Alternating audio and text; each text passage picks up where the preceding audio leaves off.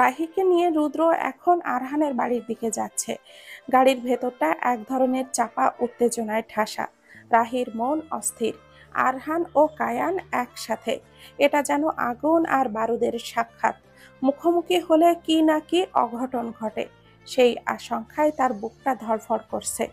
রুদ্র চুপচাপ কিছুক্ষণ গাড়ি চালিয়ে হঠাৎ বলল, আমি এখনো বুঝি না, এই কায়ান যখন তখন তোমাকে তুলে নিয়ে যায় কেন? রাহি আর চোখে তাকালো। রুদ্রের প্রশ্নের ধরনটা তার পছন্দ হয়নি। কিছুক্ষণ নীরব থাকার পর রুদ্র আবারও বলল, স্যারের বাড়ির বাইরের সিসিটিভি ফুটেজে দেখা গেছে তুমি নিজেই কায়ানের গাড়িতে উঠে পড়েছ। এই বোকামি তুমি করলে কিভাবে রাহি? এইবার রাহি পুরোপুরি অপ্রস্তুত। সত্যি তো, সিসিটিভি দেখে যে কেউই মনে হতে পারে সে স্বেচ্ছায় গিয়েছে। কি বলবে এখন? একটু থেমে নিচু গলায় রাহি বলল, আমি নিজের ইচ্ছে যাইনি, কায়ান আমাকে হুমকি দিয়েছিল। রাহির কণ্ঠে ব্যর্থ আত্মপক্ষের সুর। ও, যতই হোক, নিজে আত্মসমর্পণ না করে আমাদেরকে ডাক দিলেও তো পারতে। রুদ্রের এই উক্তিতে রাহি আগুন চোখে তাকালো। এই প্রসঙ্গ তার মোটেও পছন্দ হচ্ছে না। রাহির অগ্নি চোখ দেখে রুদ্র আর কিছুই বলল না। গাড়ি এসে থামলো আরহানের বাড়ির সামনে। এসা বাগানে অস্থির হয়ে পায়চারি করছে। রাহিকে বাড়িতে আনার নির্দেশ তারই ছিল। হঠাৎ গেটের বাইরে গাড়ির শব্দ শুনে এশার বুকটা ধড়ফড় করে উঠল। সে ছুটে গেটের দিকে যেতে চাইল, কিন্তু ভেতরের নিরাপত্তা রক্ষী তাকে আটকে দিল। এশা দাঁড়িয়েই বাইরে চোখ রাখল। গাড়ি থেকে রাহি নামছে, কিন্তু আরহান নেই। উদ্বিগ্ন কণ্ঠে এশা চিৎকার করে উঠল, আরহান, আরহান কোথায়? এশার এই ডাকে ছুটে এলো রুদ্র। সে এক মুহূর্ত চুপ করে থেকে বলল, স্যার আসেননি, আমাদের দুজনকে পাঠিয়ে দিয়েছেন। এশার পায়ের নিচ থেকে যেন মাটি সরে গেল। চোখ বড় বড় করে বিস্ময়ে বলল, আসেনি মানে? তোমরা ওনাকে একা রেখে চলে এসেছো? রুদ্র মাথা নিচু করে শান্ত গলায় বলল, স্যারের আদেশ ছিল আর আমরা বাধ্য। এশার চোখে মুখে অস্থিরতা স্পষ্ট। তার নিঃশ্বাস ভারী হয়ে উঠছে, চোখে ভেসে উঠছে উৎকণ্ঠার ছাপ। ঠিক তখনই রাহি ধীরে ধীরে এগিয়ে এসে তার পাশে দাঁড়ালো। নরম কণ্ঠে সে বলল, শান্ত হও এশা, স্যার ফিরে আসবেন কিছুক্ষণ পরেই। রাহির নিজের অস্থিরতা লুকিয়ে এশাকে সামলে রাখার চেষ্টা করলো। আরহান গাড়ি চালিয়ে ফিরছে বাড়ির পথে। রাত অনেক হয়েছে, চারপাশ নিস্তব্ধ, কিন্তু তার ভেতরে চলছে এক তীব্র ঝড়। বাবার মৃত্যু, যেই বাবার কোনো স্মৃতি তার মনে নেই, তবুও রক্তের গভীরে এক আগুন জ্বলছে, প্রতিশোধের আগুন। সে এক দৃষ্টিতে সামনে তাকিয়ে গাড়ি চালিয়ে যাচ্ছে। হঠাৎই তার চোখে পড়ল পেছনের দুইটি বাইক অনেকক্ষণ ধরে তাকে অনুসরণ করছে। সন্দেহ জেগে উঠতেই আরহান সাথে সাথে গাড়িটা থামিয়ে দিল। তাক লাগানোর ব্যাপার হলো, পেছনের বাইক দুটো থেমে গেল। তারা পালানোর চেষ্টা করলো না, বরং নীরব দাঁড়িয়ে রইল। আরহান গাড়ি থেকে নেমে দ্রুত নিজের বন্দুকটা বের করতেই বাইকে থাকা দুজন সঙ্গে সঙ্গে হাত তুলে আত্মসমর্পণ করলো। আরহান ভুরু কুঁচকে এগিয়ে গেল। তার ভীষণ সন্দেহ হচ্ছে। কে পাঠিয়েছে তোদের? আরহান রীতিমতো হুমকি দিয়ে বলল।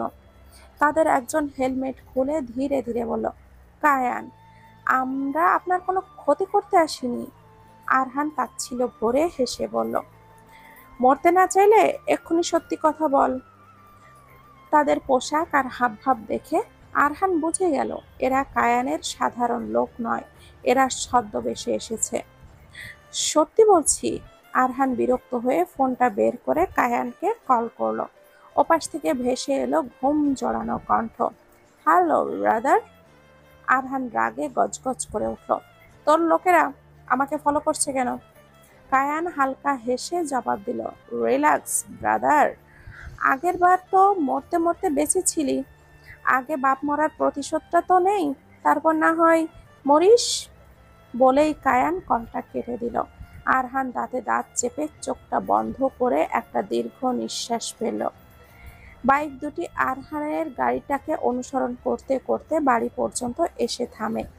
রাত তখন প্রায় 2টা। বিরক্তি ও সতর্ক হয়ে আরহান গাড়ি থেকে নামলো।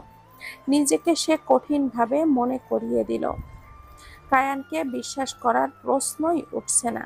বাড়ির গেটের সামনে দাঁড়িয়ে থাকা গার্ডকে নির্দেশ দিল, ওই বাইক দুটোকে নজরে রেখো।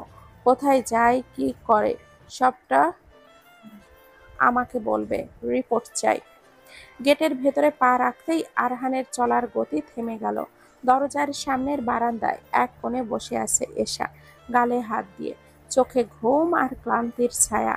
সেই দৃশ্যটা বুকের গভীরে আঘাত করলো আরহানের। এমনটা কি হবার কথা ছিল? সত্যি কি সে পেরেছে এই মেয়েটিকে আগলে রাখতে, যাকে নিজের কাছে আগলে রাখবে বলে নিয়ে এসেছিল? প্রতিনিয়ত একটা অস্থিরতা নিয়ে বেঁচে থাকতে হচ্ছে তাকে, নিজের ভেতরের একরাশ অপরাধবোধ নিয়ে। নিঃশব্দে এশার পাশে এসে দাঁড়ালো সে। এশা চোখ মেলে তাকাতেই মুহূর্তেই তার মুখে ফুটে উঠল প্রশান্তির রেখা, যেন তার সমস্ত অপেক্ষা মিলিয়ে গেল এক মুহূর্তের দৃষ্টিতে। এক সেকেন্ড দেরি না করে সে উঠে দাঁড়ালো, আর কোনো কথা না বলে মুহূর্তেই জড়িয়ে ধরল আরহানকে। তার বুকের সাথে বুক মিশে গেল যেন। নিঃশ্বাস ঘন হয়ে উঠল। ভয়, অস্থিরতা, অভিমান সবকিছু যেন এক আত্মিক ছোঁয়ায় লেগে গেল। আরহানের বুকের মাঝে মুখ গুজে এসে আরো শক্ত করে আঁকড়ে ধরল তাকে। আরহান নিঃশব্দে মাথা ঝুঁকিয়ে মুখ গুজে দিল এশার চুলে। তার বুকের গভীরে এক অজানা প্রশান্তি ছড়িয়ে পড়ল। এশা হালকা কাঁপা কাঁপা কণ্ঠে ফিসফিস করে বলল, আপনি আমার কল ধরেননি কেন? এত দেরি? কথাগুলো অস্পষ্ট হয়ে গেল। কণ্ঠটা ধরে এলো কান্না, আর তার চোখের জল গড়িয়ে পড়ে ভিজিয়ে দিল আরহানের শার্টের বুক পাশ। আরহানের বুকের ভেতরে এক ধরনের অসহ্য যন্ত্রণায় মোচড় দিয়ে উঠল। সে ধীরে ধীরে এশার মুখ নিজের বুক থেকে তুলে হাতের মুঠোয় চিবুকটা ধরে তার দিকে তাকালো। এশার চোখে তখনও টলমল করছে জল, হারিয়ে ফেলার ভয়। আরহান আর নিজেকে সামলে রাখতে পারল না। এক তীব্র আবেগে সে এশার ঠোঁটে ঠোঁট ছুঁয়ে দিল, নিঃশব্দে এক আশ্বাস আর প্রতিশ্রুতি। এশাও আর নিজেকে সরিয়ে রাখল না, দুই হাতে জড়িয়ে ধরল আরহানের গলা। আর তখনই ড্রয়িং রুমে বসে থাকা রাহি এবং রুদ্র এই দৃশ্যের সাক্ষী হয়ে গেল। রাহি মুহূর্তেই চোখটা ফিরিয়ে নিলেও রুদ্র থতমত খেয়ে হা হা করে তাকিয়ে রইল। তার চোখ দুটি যেন রসগোল্লার মতো বড় বড় হয়ে গেল। রাহি তার অস্বস্তি চাপা দিতে না পেরে পাশের সোফার বালিশ তুলে রুদ্রের দিকে ছুঁড়ে মারল। রুদ্র আউস করে আওয়াজ করে উঠল। রুদ্রের আওয়াজে এশা নিজেকে সরিয়ে এনে লজ্জায় আরহানের বুকে মুখ লুকিয়ে ফেলল। রাহি আর রুদ্র যে ভেতরে আছে এশা একদমই ভুলে গিয়েছিল। হঠাৎই অন্যদের উপস্থিতি টের পেয়ে আরহান আর এক মুহূর্তও চোখটা বন্ধ করে নিজেকে সামনে নিল। তারপর তীক্ষ্ণ দৃষ্টিতে ভেতরের দিকে তাকাতেই দেখল রাহি অন্যদিকে মুখ ফিরিয়ে বসে আছে, আর রুদ্র সোফায় হেলান দিয়ে ঘুমের ভান করছে, যদিও মুখের অদ্ভুত ভঙ্গি বলে দিচ্ছে সবই নাটক। আর কোনো কিছু না ভেবে চুপচাপ আরহান এশাকে কোলে তুলে নিল। এশা চমকে উঠল, লজ্জায় মুখভঙ্গি নিয়ে বলল আরহানের কাঁধে।